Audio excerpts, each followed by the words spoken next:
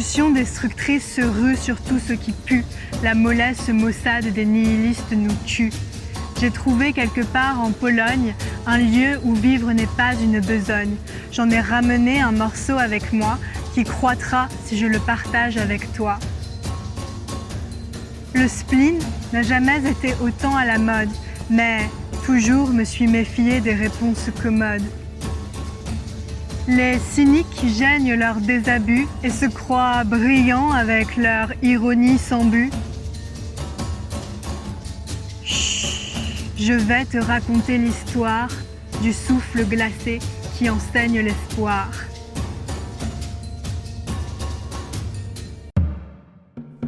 Au premier soir de l'expédition d'hiver, je pénétrais dans un autre univers. Nous étions 90 hommes et 10 femmes qui brûlaient d'une obscure, sublime flamme. Adieu, discours de lâches incapables. Là, on encense notre force d'un cœur affable. Quand tout ailleurs nous hurle qu'on est fou, nul, passif, faible, pas assez et qu'on n'y arrivera pas, là, l'évidence de notre puissance se lit dans les regards des instructeurs qui nous voient. La plupart des gens ne mesurent pas combien leurs yeux nourrissent la force ou la faiblesse de ce qu'ils regardent. Les instructeurs Wim Hof et Iceman le savaient bien. À cette réalité, ils prenaient garde. Les pulsions destructrices se ruent sur tout ce qui pue.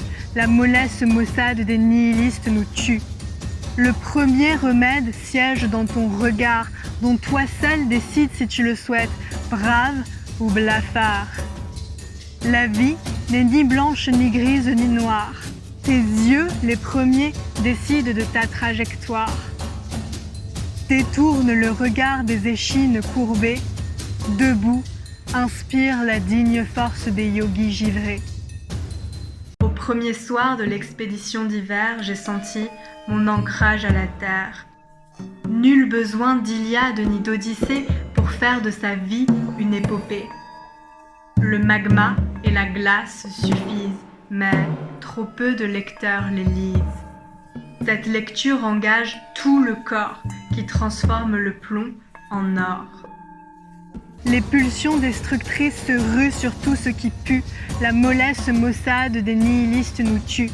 Le deuxième remède est l'alchimiste en toi qui te pave d'or une nouvelle voie. Pour une vie épique d'aventure, nul besoin de voiture. Imprègne ton corps de chaud et de froid. Partout, la terre de magma et de glace pense l'essence de mes frères et sœurs badass. Au premier soir de l'expédition d'hiver, je me suis autorisée à respirer de l'air. Longtemps, j'ai vécu en apnée. Seul le souffle pouvait me délivrer. Les trésors les plus grands sont les plus évidents. Il n'est de meilleure cachette que le grand jour où si peu reconnaissent la beauté et l'amour. Vois, personne ne chérit ni ne muscle son souffle alors qu'on meurt en quelques minutes sans respirer. Mais tout le monde souhaite changer de poids alors qu'une vie longue peut se traverser sans être mince ni musclée. Les pulsions destructrices se ruent sur tout ce qui pue. La mollesse maussade des nihilistes nous tue.